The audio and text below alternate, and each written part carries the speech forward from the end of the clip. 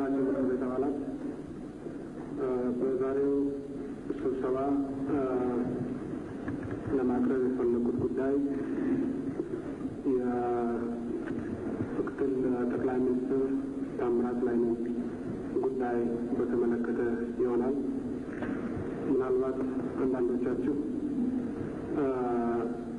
በዚህ ጉዳይ ላይ የባዴን ማዕከላዊ ኮሚቴ የወሰነውን ውሳኔ ሰምታችሁ ሊሆን ይችላል። ይኸውም አቶ ታምራትን ከድርጅቱ ዋና ጸሐፊነትና ማዕከላዊ ኮሚቴ አባልነት እንዲወገዱ የወሰነ ሲሆን በተጨማሪም ድርጅታቸውን ማለትም ባዴንን ወክለው በዚሁ ምክር ቤት እና በተለያዩ መንግስት ኃላፊነቶች መቀመጣቸውን የማይደግፉ መሆናቸውን ገልጸዋል። ወደዚህ ውሳኔ ሊደርሱ የቻሉበት ዋናው ምክንያት ከአንድ የኢትዮጵያ ፌዴራላዊ ዴሞክራሲያዊ ሪፐብሊክ ከፍተኛ ባለስልጣን በተለይም ከአንድ የኢህአዴግ ከፍተኛ የአመራር አባል የማይጠበቅ ተደጋጋሚ የስነ ምግባር ብልሹነት ስለታየ እና ይህንንም የስነ ምግባር ብልሹነት ባለፉት ዓመታት በድርጅቱ ልምድና ባህል መሰረት በውይይትና በሂስ ለማስተካከል የተደረገው ጥረት ነገሩን ሊያስተካክለው ባለመቻሉ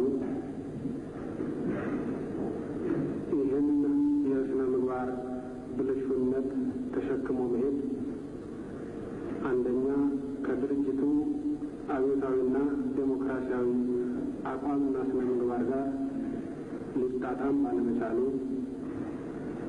ሁለተኛና በተለይም ህዝቡ ለድርጅቱ ከሰጠው አመኔታ ጋር ሊገጣጠም ባለመቻሉ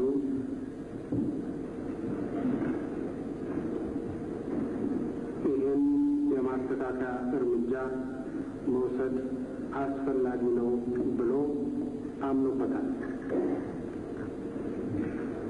ይህን የባዴን እምነት የኢህአዴግ ስራ አስፈጻሚ ኮሚቴ በአንድ ቃል እና በሙሉ ድምፅ ደግፎታል። ከዚህ ሌላ በህገ መንግስቱ በተሰጠኝ ስልጣን መሰረት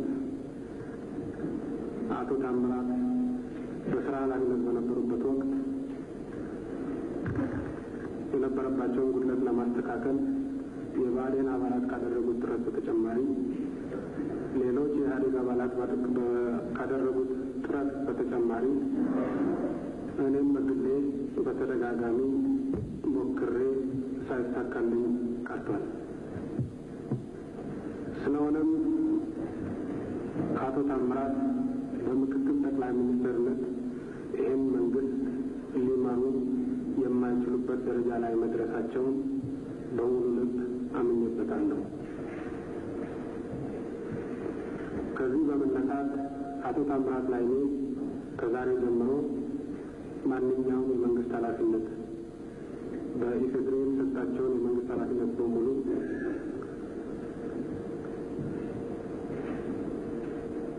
እንዲያጡ ወስኛለሁ። ይህንን ውሳኔ ለምክር ቤቱ ለማቅረብ ነው ስብሰባውን እንዲጠራ የጠየቁት። በምትካቸው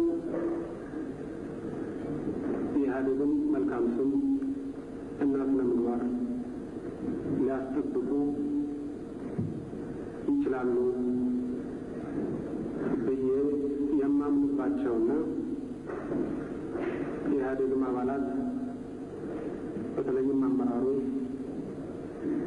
በዚሁ መንፈስ ሙሉ በሙሉ የሚተማመንባቸውን ተኪ እጩ ለማቅረብ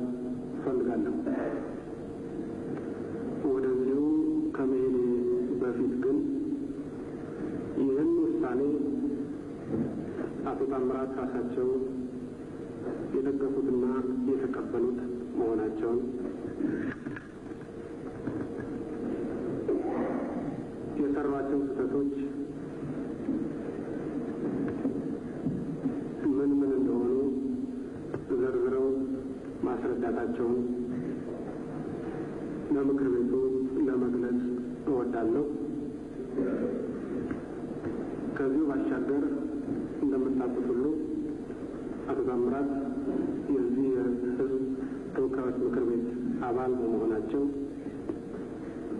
በዚህ በተወሰደው ውሳኔ ላይ የተለየ አስተያየት ካላቸው ለምክር ቤቱ ማቅረብ እንዲያቀርቡ ሊፈቀድላቸው ስለሚገባ ወደሚቀጥለው ጉዳይ ማለትም አቶ ታምራትን ይተካሉ ብዬ ያመንኳቸውን ግለሰብ ስም በእጩነት ከማቅረብ በፊት አቶ ታምራት በጉዳዩ ላይ ያላቸውን አስተያየት እንዲሰጡ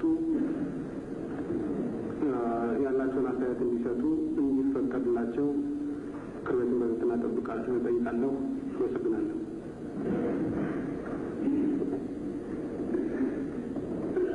ክቡራን ታምራት አመሰግናለሁ። የተከበሩ አፈ ጉባኤ፣ የምክር ቤት አባላት፣ አሁን ቀደም ሲል በክቡር ጠቅላይ ሚኒስትር የተገለጸውና አባባል የተወሰደውን ውሳኔ እኔ ራሴን በሙሉ ልብ የተገፍኩትና የተቀበልኩት መሆኑን መግለጽ እወዳለሁ። የእኔ ድርጅት ብአዴን ቀደም ሲል እንደተጠቀሰው ባለፉት ጥቂት ቀናት ውስጥ ከኔም ጋር ሆነ በአመራር ደረጃ የተለያዩ ውይይቶችን አድርጎ የደረሰበት መደምደሚያ አለ። ይህ መደምደሚያ እኔ በተወከልኩበት ውክልና ብቃት እንደሌለኝ በድርጅቱ ውስጥ የሰራሁት ስህተት በአመራር ደረጃ ሊያቆየኝ እንደማይችል ገምግሞ ዲሞክራሲያዊ በሆነ መንገድ ውይይቱን እኔ በራሴ ባለሁበት አካሂዶ የደረሰበት ውሳኔ መሆኑንም መግለጽ እወዳለሁ። እንደተጠቀሰው ይሄ ጉዳይ አሁን በድንገት የመጣም ጉዳይ አይደለም። ቀደም ሲልም ጀምሮ ከክቡር ጠቅላይ ሚኒስትር ጋርም በተለያዩ አጋጣሚዎች ስንነጋገርበት ለእርማትም ብዙ ጊዜ ሙከራ ሲደረግበት የቆየ ነው እንደሆነ አውቃለሁ። በግል ደረጃ ብቻ ሳይሆን በእሳቸው ደረጃ በተለያዩ የስራ ጓደኞቼ ደረጃ ይሄ ነገር ሲነሳ እንደነበረ አውቃለሁ። ይህ በልዩ ልዩ መልኩ የሚታየው የስነ ምግባር ችግር እያደረ ላለሁበት ኃላፊነትም በስራ ላይ እንድቆይ የማያስችለኝ መሆኑን ራሴ በመገንዘቤ እንዲሁም ደግሞ ድርጅቴም ሆነ የመንግስት አካል በመገንዘቡ ይህ እርምጃ ሊወሰድ ይችላል። የተወሰደው እርምጃ በእኔም በኩል ተቀባይነት እንዳለውና እንደማምንበት ስለማረጋግጥ ከስራዬም ሆነ ከተመረጥኩበት የዚህ የምክር ቤት ወንበር በገዛ ፈቃዴም ጭምር ውሳኔውን በመደገፍ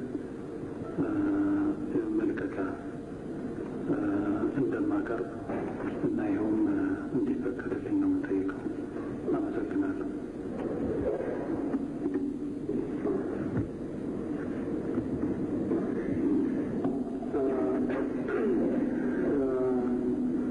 እንግዲህ ያለንበት ሁኔታ ይህን ይመስላል።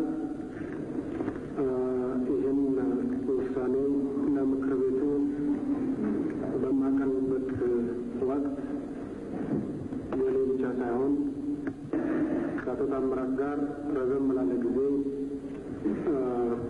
አስቸጋሪ በሆነው የትግል መድረክ አብረው ያለፉ አብረው የታገሉ ጓዶቻቸው የሚሰማን ሐዘን በጣም ከፍተኛ ነው። መራራው ትግል አልፈን እዚህ ደረጃ ላይ ከደረስን በኋላ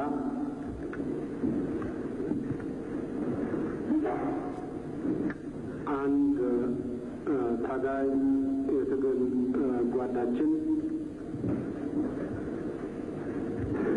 ከተማ በተገባበት ወቅት ባጋጠሙ ፈተናዎች፣ ግላዊ ፈተናዎች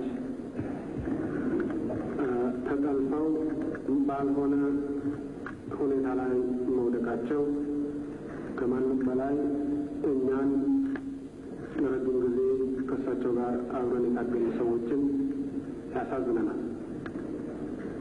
ይሁንና ምርጫው በግለሰብና በድርጅት መካከል በሚሆንበት ወቅት ምርጫው በህዝብ እምነትና በጓድነት በህዝብ እምነትና በጓደኝነት መካከል በሚሆንበት ወቅት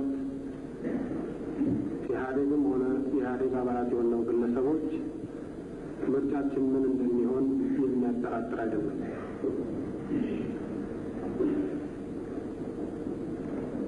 በቅርብ በምናውቀውና በምንወደው ሰው መካከልና ከሁሉም በላይ በምናየው በድርጅታችን መካከል ምርጫ ሲኖር ያለምንም ጥርጥር ድርጅታችንን እንመርጣለን። በቅርብ በምናውቀውና በምናከብረው የሥራ ጓደኛችን መካከልና አመኔታውን በሰጠን ህዝብ መካከል ምርጫ ሲሰጠን ያለምንም ጥርጥር የህዝብ አመኔታን እንመርጣለን።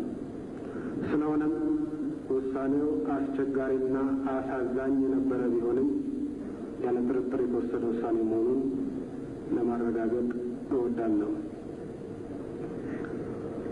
ምክር ቤቱ እሳቸው ያቀረቡትን የመልቀቂያ ጥያቄ እንዲቀበል በትህትና እየጠየቅኩ እሳቸውን ይተካሉ ብዬ የማምንባቸውን ግለሰብ ከጥያ ያቀርባለሁ። ከዚህ በኋላም አቶ ታምራት ላይነ ያቀረቡትን መልቀቂያ ምክር ቤቱ ድምጽ በመስጠት ተቀብሎታል። የምትቃወሙ ድምጽ የማትሰጡ ሶስት ክቡራን ጉባኤ ወደ ምክትለው ከመሻገር በፊት ምናልባት የአሰራር ጉዳይ ለሌላ ጊዜ ያልሆነ ፕሬዚደንት እንዳይፈጥር መስተካከል ያለበት ጉዳይ ያለ ስለመሰለኝ አንደኛ እንደሚታወቀው ሁሉ ለሹመት ያቀረብኳቸው ግለሰቦች የስራ አፈጻጸማቸው ብቃት የሌለው ሆኖ ሲገኝ በሕገ መንግስቱ መሰረት ከስራ እንዲወገዱ ለማድረግ የምክር ቤቱ ፈቃድ የሚያስፈልግ አይሆንም። የሚተካቸውን ሰው የመተካት ግን ያለምንም ጥርጥር የምክር ቤቱ ፈቃድ ያስፈልጋል። ሁለተኛ፣ አንድ ግለሰብ በዚህ ምክር ቤት ውስጥ መቀጠል በማይፈልግበት ወቅት መቀጠል ይችላል አይችልም የሚወስነው የግለሰቡ ፍላጎት እንጂ የምክር ቤቱ ውሳኔ አይመስለኝም። ለማንኛውም የምክር ቤቱን ስሜት ለመረዳት የሚረዳ በመሆኑ የምክር ቤቱ ድምፅ ጠቃሚና ጥሩ ሊሆን ይችላል። ነገር ግን ወደፊቱም ያልሆነ ፕሬዚደንት እንዳይፈጥር በሬከርድ መያዙ አስፈላጊ ይመስለኛል። አሁን ያቀረብኩትን ሀሳብ ወደ ዋናው ጉዳይ ለመግባት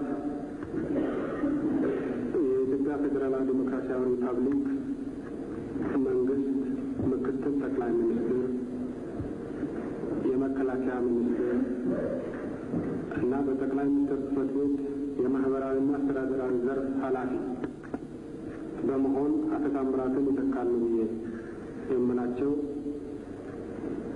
እና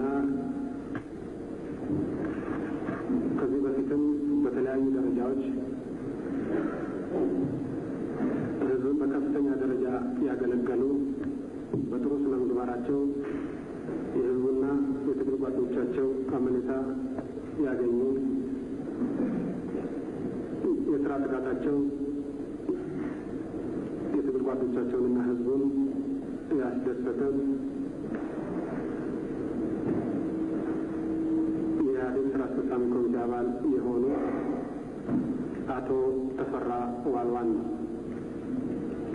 ምክር ቤቱ የእሳቸውን ሹመት እንዲያጸድቅልኝ በትህትና እጠይቃለሁ።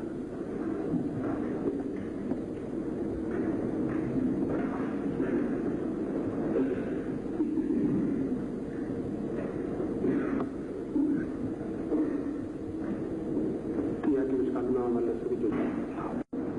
መጨረሻ ላይ አንድ ቃል ለማለት የምፈልገው አለ። ይኸውም በአንድ ወቅት የህዝብን ዓላማ ይዘናል ብለን ታግለን አንድ ምዕራፍ ላይ ደርሰናል። ከዛ በኋላ የህዝብን ዓላማ ይዘናል ብለን ሳይሆን ህዝብ ራሱ በዲሞክራሲያዊ መንገድ መርጦን እዚህ ቦታ ላይ ተቀምጠናል።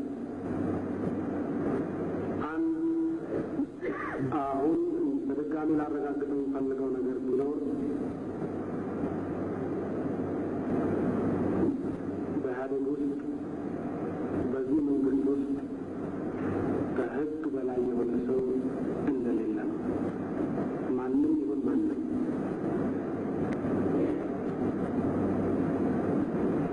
የድርጅቱን ዓላማ የሚያፈርስ የህዝብን አመኔታ የሚጥስ እስከሆነ ድረስ በማንኛውም የኃላፊነት ደረጃ ላይ ይቀመጥ።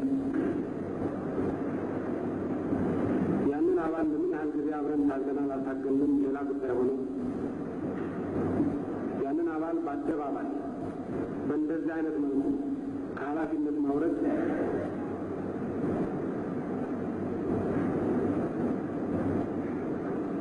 የሚፈጥረው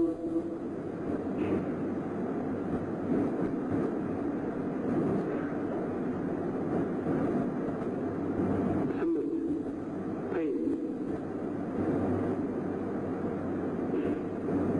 የፈለገውን ያህል ቢሆን ከህዝብ ያገኘነውን አመኔታ የሚሸረሽር እስከሆነ ድረስ ከዛ በላይ የሆነ ሰው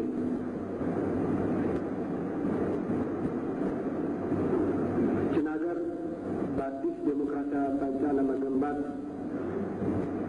ህገ መንግስቱ ባስቀመጠው አቅጣጫ ለመገንባት ጥረት ጀምረናል። ከእንቅፋቶቻችን ከሚያጋጥሙን እንቅፋቶች መካከል አንዱና ትልቁ ምግባረ ብልሹነት። ምግባረ ብልሹነትን ለመዋጋት መጀመሪያ ጭንቅላት ላይ እንዋጋዋለን። መጀመሪያ በከፍተኛ የአመራር አካላት ላይ እንረባለን። ያ ከጠራ በኋላ ነው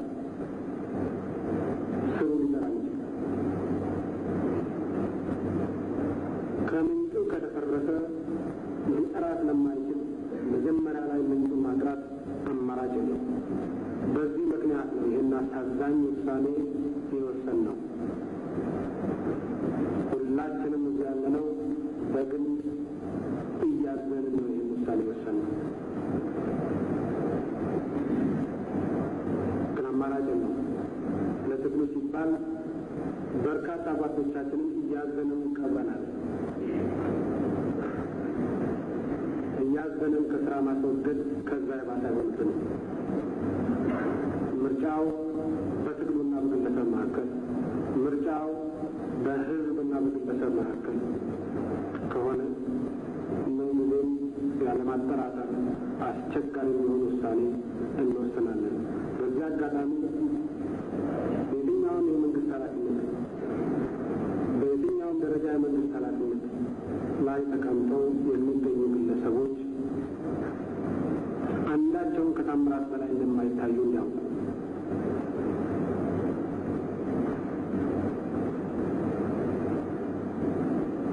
ስለሆነም ህዝቡ የጣለባቸውን አመኔታ ተግባራዊ እንዲያደርጉ በዚህ አጋጣሚ ጥሪ ለማቅረብ እፈልጋለሁ።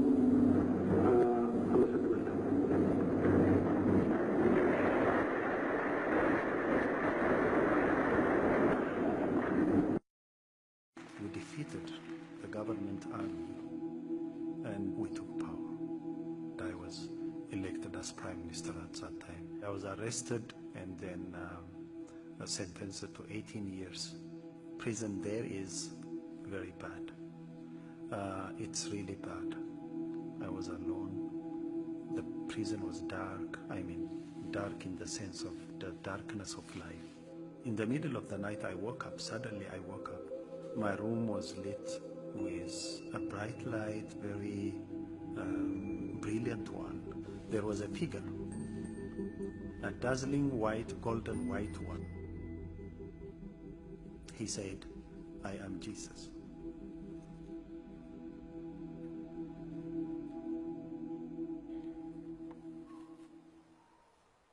Well, you're in for a treat today because we have former Prime Minister Tamirat Layne. Would you give him a hand, please? Welcome your wife, brother. You're going to love this brother. Thank you. And his beautiful wife. Would you stand up, please? Say hello to the First Lady.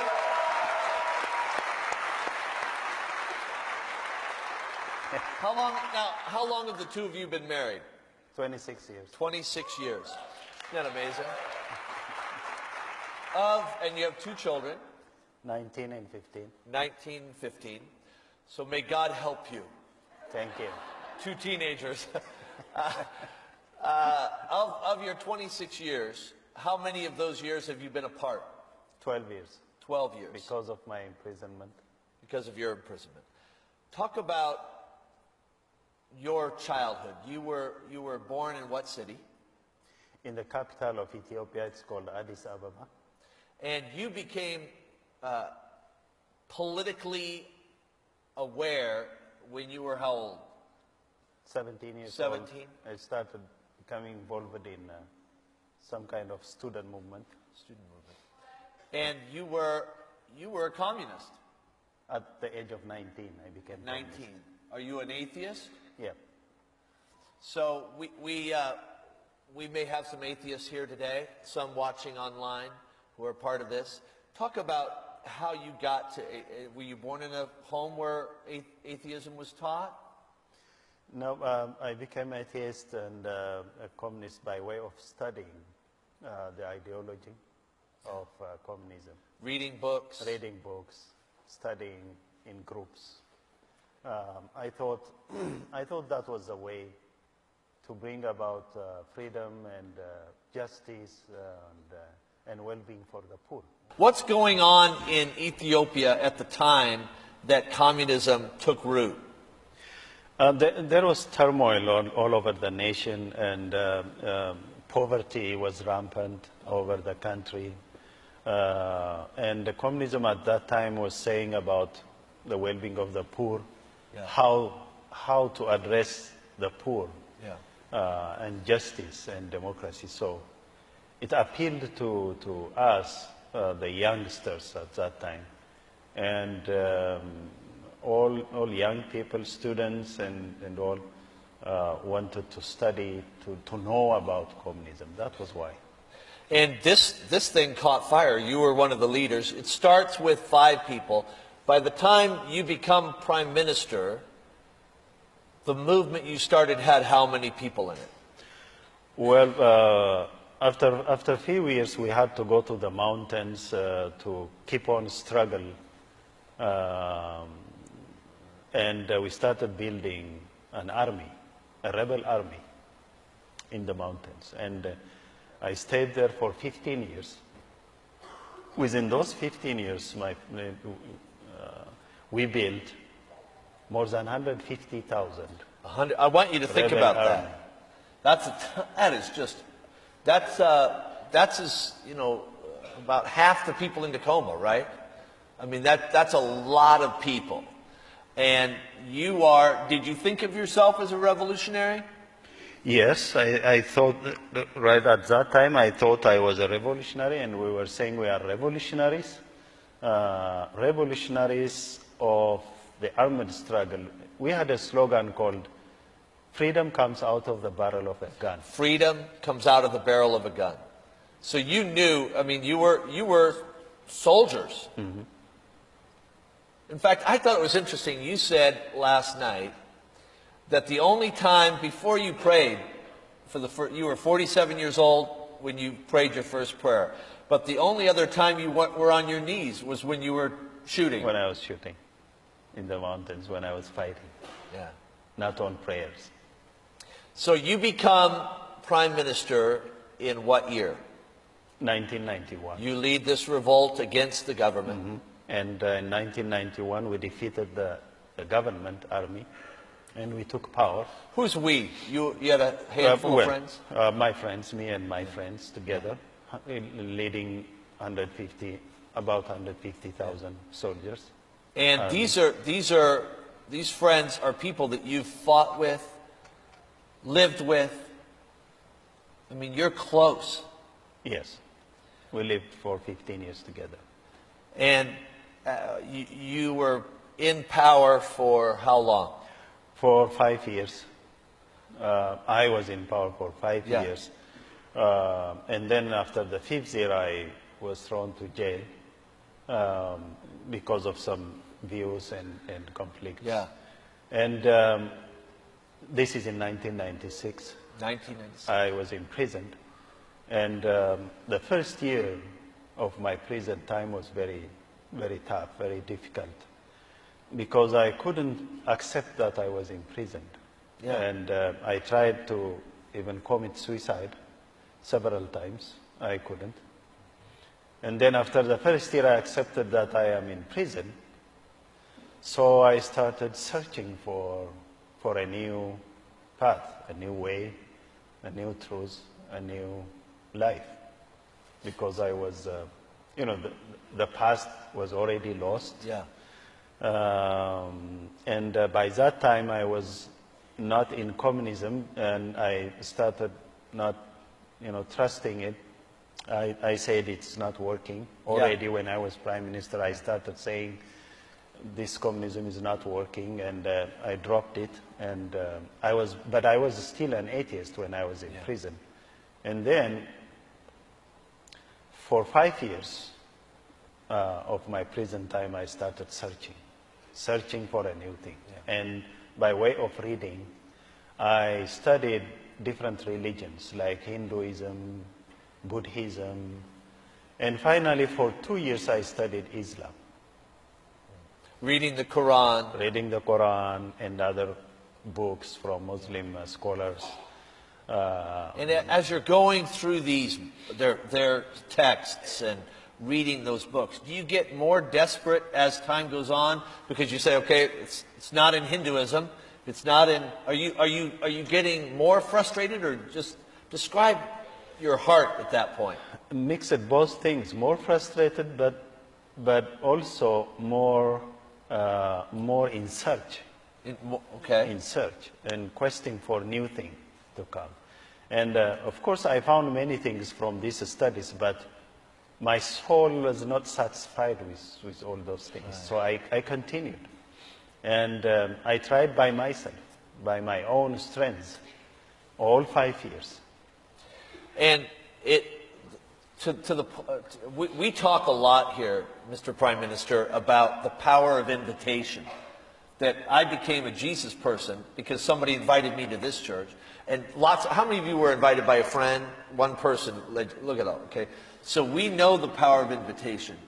And it was one simple gesture from somebody you didn't know that exposed you to the name of Jesus. Talk about how that happened.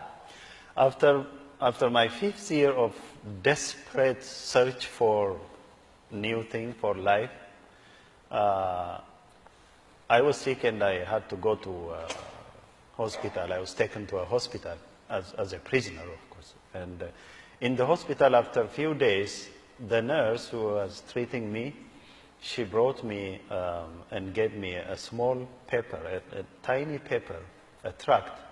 And in that paper,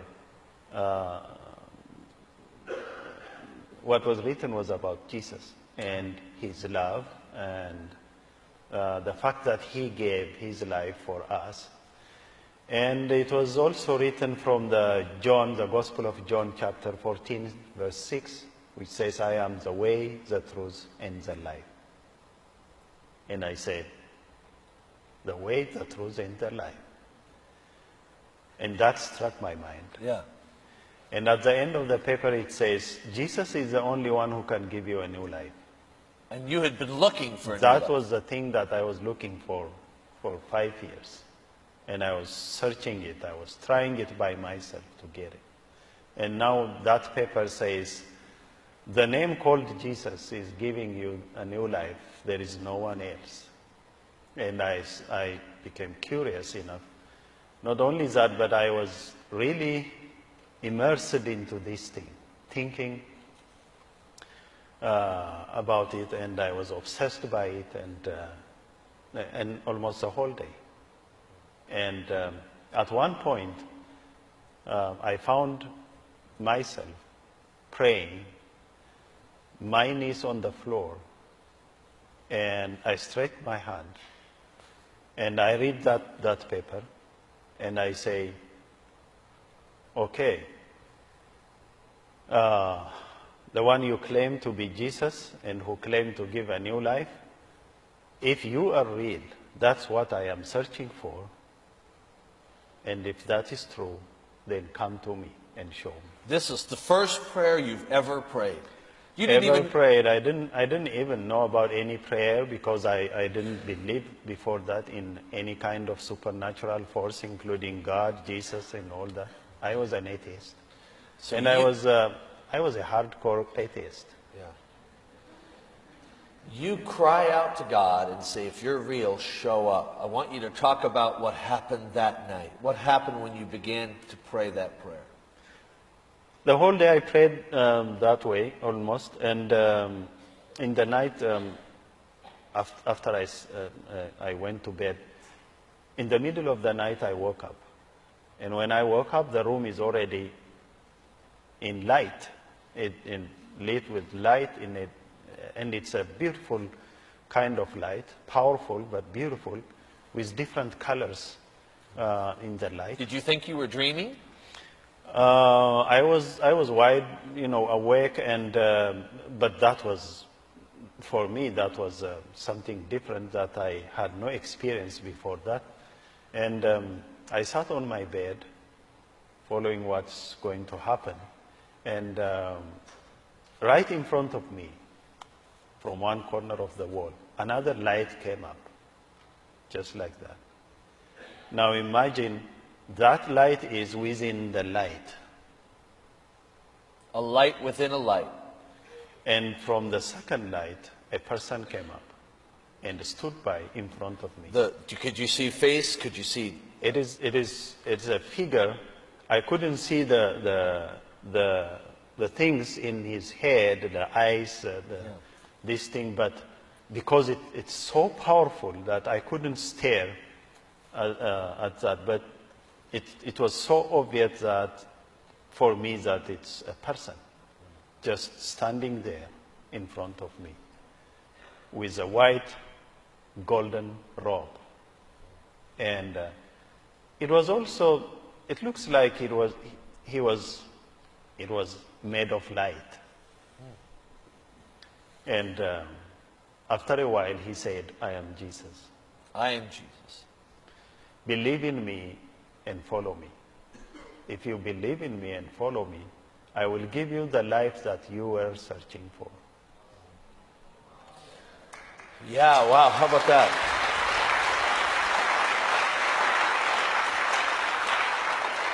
Now, some of you here, I know that there are a lot of skeptics in this community, and you were one of them. I mean, this town is full of skeptics. I was the chief of skeptics. To the point that, get this now, you didn't even believe, it's not like you followed Jesus immediately when that happened. No, I didn't. How hardcore is that, right? I didn't, and I was certain that I saw something, but I was not sure that it was real. And I had to prove it, because my whole life before that went through experimenting and experiencing and proving, Yeah. not by believing. So Right. I didn't say okay that night. You didn't even, up until that point, you didn't even believe in the supernatural. No. I was simply searching for anything truth, but not as yet of that night. So what I did was that I continued on my prayer, the same prayer that I was praying, the previous day. I read that paper, the tiny paper, on my knees and stretching my hand, as if saying, okay, it's perfectly as yesterday, so I will see what happens now. And I say the same thing. You, Jesus, who claim to give a new life, then if it is true, and if you are true and real, come to me again and show me. And the second night he showed up. And he said the same thing. I am Jesus. Follow me. If you follow me, I will give you the life that you are looking for. And not only that, I will give you eternal life. Did you believe? No. No. He's hardcore. And this is a hardcore crowd here, so they get it.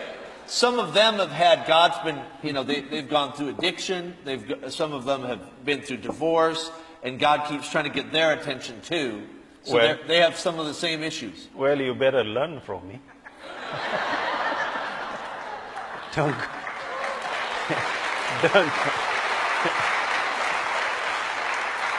I mean, don't go through the painful way I went. There is a better way of saying, okay, Jesus.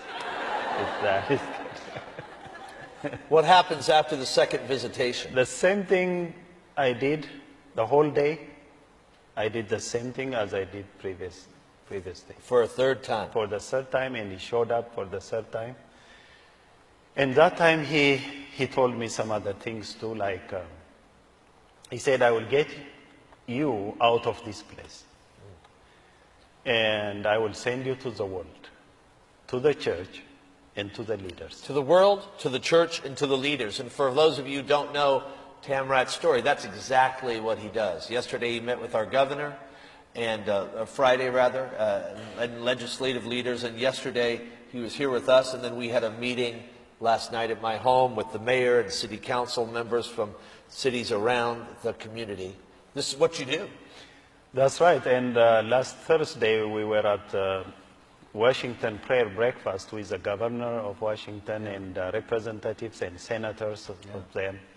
And we had a very good time talking about Jesus.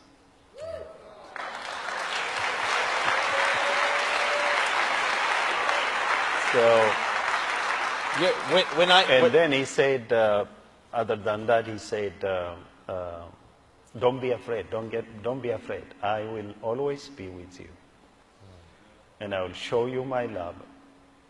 And you'll show this love to others. Did you believe? I surrendered.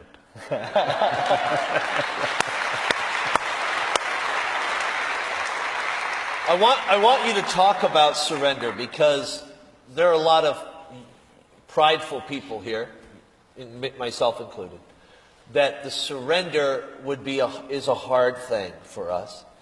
But as I heard you the first time 2 or 3 years ago, and have heard you since, surrender was, you would rather die than surrender. That was your whole life as a rebel. So that when you say, I surrender, you literally threw your arms up. Yes, I said I surrendered. And surrendering for me was an unthinkable thing in my life. And in my whole life, I lived rebelling against government, against anyone, simply because I don't want to surrender to anyone. Yeah. Even in fighting, surrendering means the most shameful thing to do. Yeah. You better, anyone who has experienced it in the army here knows that. Instead of surrendering, you better die. That's the thing. But I surrendered. What happened when you surrendered? Did anything change? Yes, quite instantly. right after that, the following days, the first thing that happened was that I became the most peaceful person there and then. And even the police guards noticed that. Because before that, I was the most difficult person in that prison. I mean, I was in solitary confinement and I had my own compound, and I was allowed to talk and to, relate only with the police guards, and they were there. And they know me before that. And I was always quarreling with them. I was insulting them and desperate and very difficult person. They know that. And suddenly, I changed to be a very quiet and peaceful person. And that became a question for them. In fact, some of them started asking me, what happened to you, Tamrat, these days? What is there that made you quiet and peaceful? So, were you afraid to tell them? Did you tell them? I told them. I started telling them, but my change was so visible that they were asking, and I also told them. In fact, about 3 of the police guards, only because of my transformation, they started believing Jesus. Wow. Wow. And they became Wow.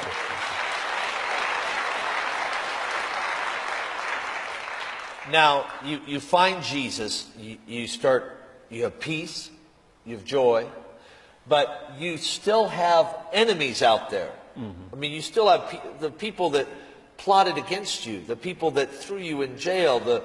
You had this. How did you reconcile all this betrayal that had been directed toward you and this new peace and joy? Well, I then continued peace, joy, and then hope, because he told me that I will get out of that place one day. I took it. Of course, I stayed for another 7 years there. Right. And I was counting the days every time, every day. When is that, Jesus? You told me this, and when is that happen? But even after a year, after about a year, after he found me, I was with my grudge and the sense of taking revenge. That was it. It was still there. In my heart, it was there. And he had to confront me, Jesus. And he confronted me one night. While I was praying, suddenly he started, it was like telling me in my heart, in this small, still voice, saying, forgive your friends. And I wrestled with him the whole night. And it was so painful. But of course, Jesus defeated that night, at last. Not me. I lost. And in your losing, you won. Because when you went, you literally went back to the prime minister and forgave him. And I repented. I said, Jesus, forgive me. And then I forgave all of them, and also prayed the whole day. And I promised in his name that night that when I get out of prison, I will go to my friends. And I did that. The first thing I did was I called them to their offices and so on, and I started going to them, and I found them, and I hugged them, and I said, I love you. Wow. And we became friends again. And I myself didn't believe I did that. But I know that it's not me. The power is not me. It's another power who was working in me. Yeah. And that was the Spirit of Jesus. Yeah. Isn't that great?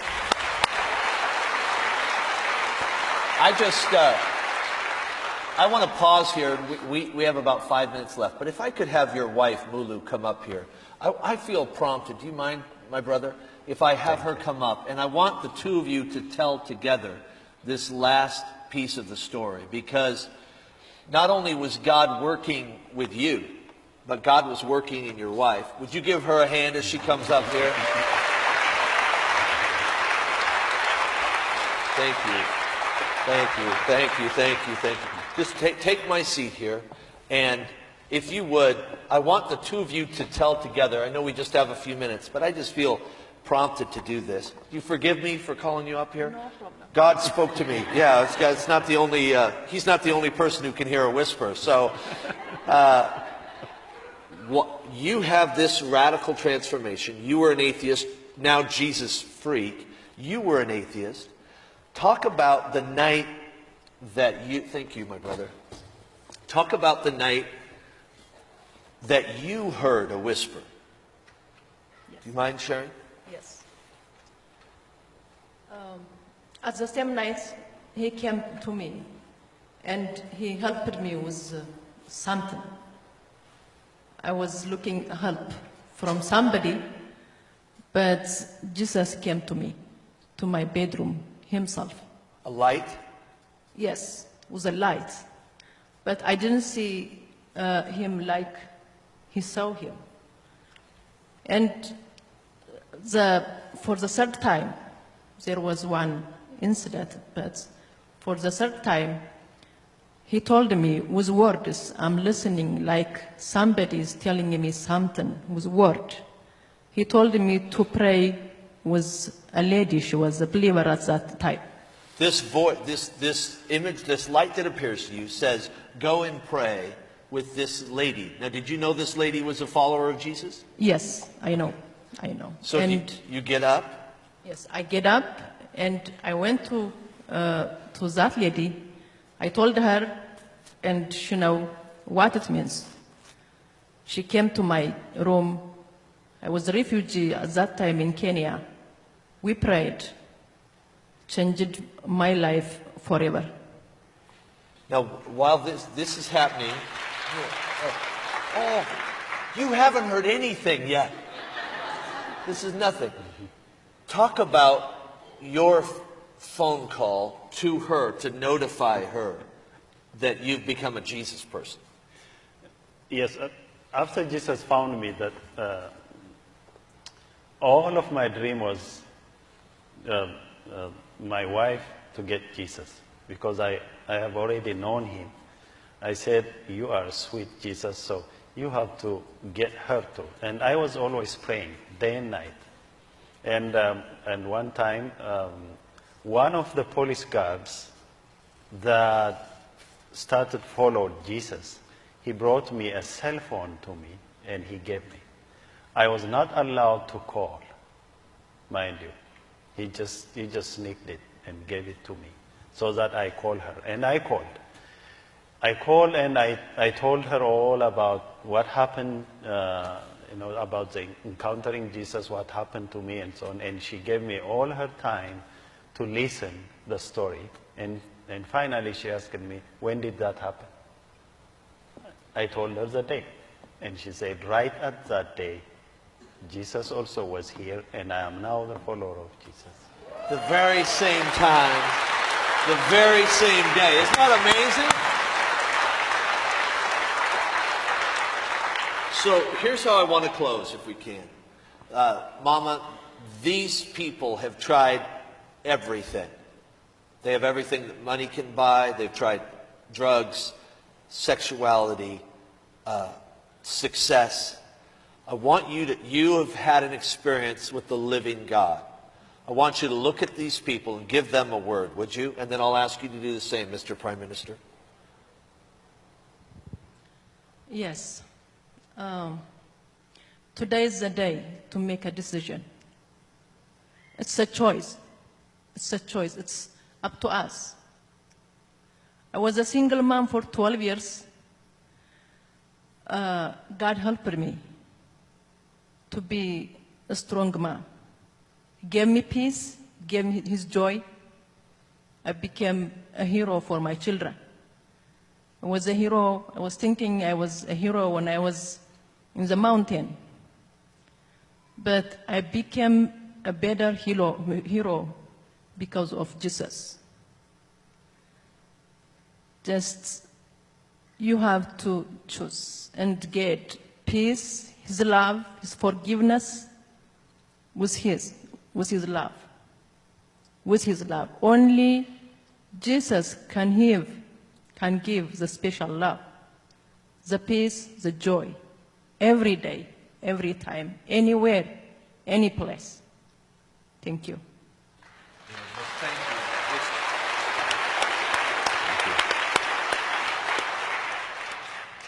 I want you to hear these things. Simple, 2, 3 things. 1, please forgive. Live the life of forgiveness. To forgive, to be forgiven. Forgive, forgiven. Forgive others and ask forgiveness from others. I am telling you, forgiveness gives you freedom for yourself. It gives you freedom. It gave me freedom. When I forgave, I felt the most beautiful and sweetest freedom I ever experienced. I became victorious. You can't live with your grudges, you can't live with your revenge, you can't live with our hatred, because that is a poison in your heart. It was a poison for me in my heart. The moment I say, I will kill these people, I will kill him and so on, that was itching my heart and it was killing me every day. But after I forgave, I became really free in my mind, in my heart, and all that. So, live the life of forgiveness. Another thing I experienced from Jesus is that when Jesus came to me, He didn't tell me about religion.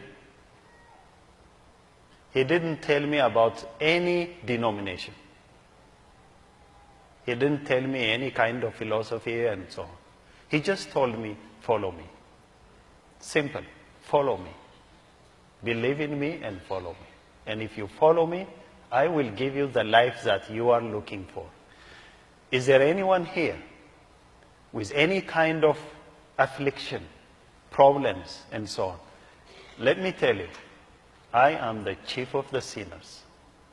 When I read Paul saying, I am the chief of the sinners, I said, Paul, are you kidding? I am the one. There is no one here in this house, I am telling you, there is no one here in this house, a sinner more than me. But He forgave me. And He didn't say about following any kind of religion or denomination or this. He just said, follow me, I love you, I forgive you, and I will give you the life, the new life. And He made me as a new person. Just as a new person. You can imagine from atheism, not believing God, from a violent person, using guns, all my life into battles and conflicts and so on. Now I am the most peaceful person. I don't look like that person, right? Even if you see me now. He changes people. He transforms. So be transformed in Him. The third thing, don't waste time. Don't waste your time. Just decide. This is the time. And it's not too late. And you will see it when you come to Him, that you get a new life. And it's Jesus. He doesn't care whether you are somebody following something, thinking something, have done something else in the past and so on. He doesn't care at all. And He doesn't even ask you. He didn't ask me. You were doing this, you were doing that. He didn't ask me at all. He just said to me, follow me. I will give you the life. Don't waste time. This is the time to decide, to follow Jesus. Thank you. Come on. Will you thank Mr. and Mrs. Prime Minister Tamirat Layne? Give them a hand, would you? Thank you. Thank you so much. Thank you, thank you, thank you.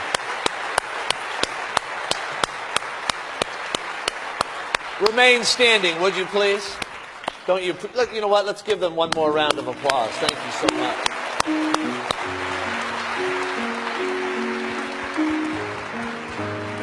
I'm going to ask my friends from the response team to come forward. And every single man and woman standing at this altar have been where you are right now. And if you're sick in this place, He's a healer. If you're in the middle of a separation or a divorce, He is a reconciler. If you're in the middle of depression, He is the joy that you've been looking for. If you are in the middle of loneliness, He is a friend that sticks closer than a brother. He's here. He's real. He's real. He's real. He's not a doctrine. He's a person. He lives. He's not a church.